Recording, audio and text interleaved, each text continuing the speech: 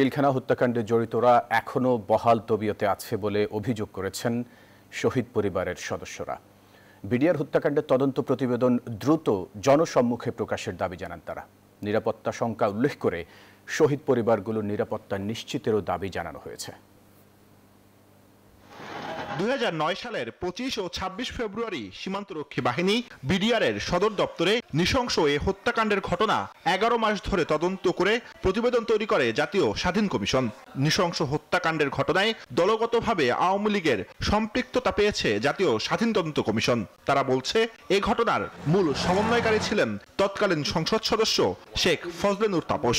পুরো ঘটনাটি সংগঠিত করার ক্ষেত্রে তৎকালীন প্রধানমন্ত্রী শেখ হাসিনার গ্রিন সিগন্যাল ছিল। এছাড়া এই ঘটনায় ভারতেরও সম্পৃক্ততা পেয়েছে কমিশন। আমরা ভারতকে পেয়েছি, ভারতেই একমাত্র প্রতিবেশী দেশ যারা এই বাংলাদেশের এই কাজের মাধ্যমে বেনিফিশিয়ারি হয়েছে। সোমবার সকালে নিহত সেনা সদস্যদের পরিবার গণমাধ্যমের সামনে প্রতিক্রিয়া জানায়। তবে পুরো প্রতিবেদন প্রকাশ না হওয়ায় তারা বিস্তারিত মন্তব্য থেকে বিরত থাকেন। পূর্ণাঙ্গ প্রতিবেদন ওয়েবসাইটে প্রকাশ এবং দোষীদের গ্রেফতার করে আইনের আওতায় আনার দাবি জানান তারা। যাদের নাম আমরা আগে থেকে কিছুটা জানতাম এবং আমি নিশ্চিত যে সেই কমিশন যেই সমস্ত নাম দিয়েছে সেই সমস্ত নাম আরো অনেক ডিটেইল। সরকারের কাছে দাবি করব যে এই যে রিপোর্টটি প্রকাশ হয়েছে এটি যেন দ্রুত সময়ে ওয়েবসাইটে দেওয়া হয়। শরীরে সেনা রক্ত, এখানে কোনো কম্প্রোমাইজ হবে না। There will be no ifs or বাটস।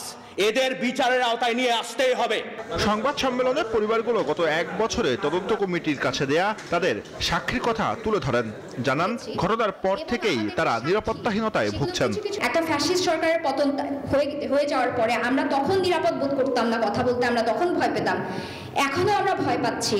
ওরা চায় আমাদেরকে ভয় দেখানোর জন্য, যাতে আমরা ন্যায় বিচারের রাস্তায় না নামি।